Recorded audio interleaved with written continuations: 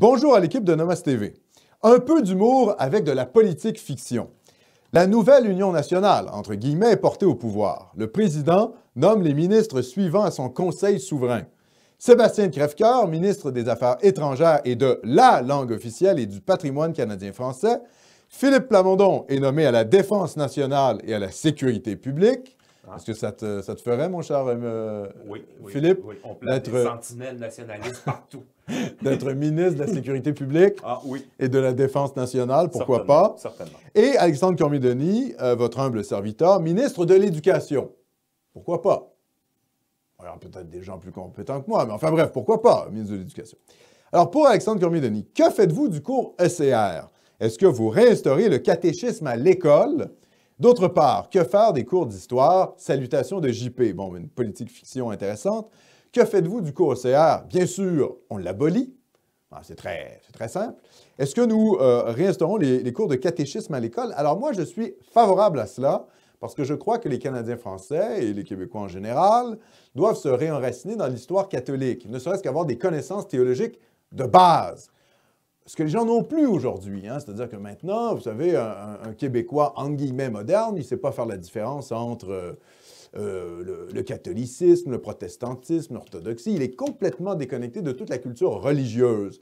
On ne connaît rien du tout, personne ne sait ce que c'est l'Immaculée Conception, l'Incarnation, la Trinité, etc. Donc, simplement pour avoir, je dirais, des cours de théologie de base, ne serait-ce que replacer, voilà, l'Ancien Testament, le Nouveau Testament, les Évangiles, ce genre de choses-là, ne serait-ce que pour la culture générale, je pense que oui, il faudrait réinstaurer le catéchisme à l'école. Donc, je suis totalement favorable à ça. Et puis, évidemment, les cours d'éthique et culture religieuse, c'est même pas une question. C'est sûr qu'on envoie ça aux poubelles. Alors, d'autre part, que faire des cours d'histoire? Ben, les cours d'histoire, voilà, il faudrait que ce soit des vrais cours d'histoire, d'enracinement dans l'histoire du Canada français, tout simplement. Donc, on pourrait reprendre, en effet, l'historiographie grouxiste, agrémenter de nouveaux travaux qui ont été faits depuis, et finalement mettre en place une histoire qui est, comment je dirais, sans être excessivement idéologique, déjà respecte les faits, quoi. C'est-à-dire, même une histoire qui ne serait pas explicitement nationaliste, c'est-à-dire qui ne serait pas teintée de multiculturalisme ou, comment je dirais, de progressisme excessif, ça serait déjà pas mal.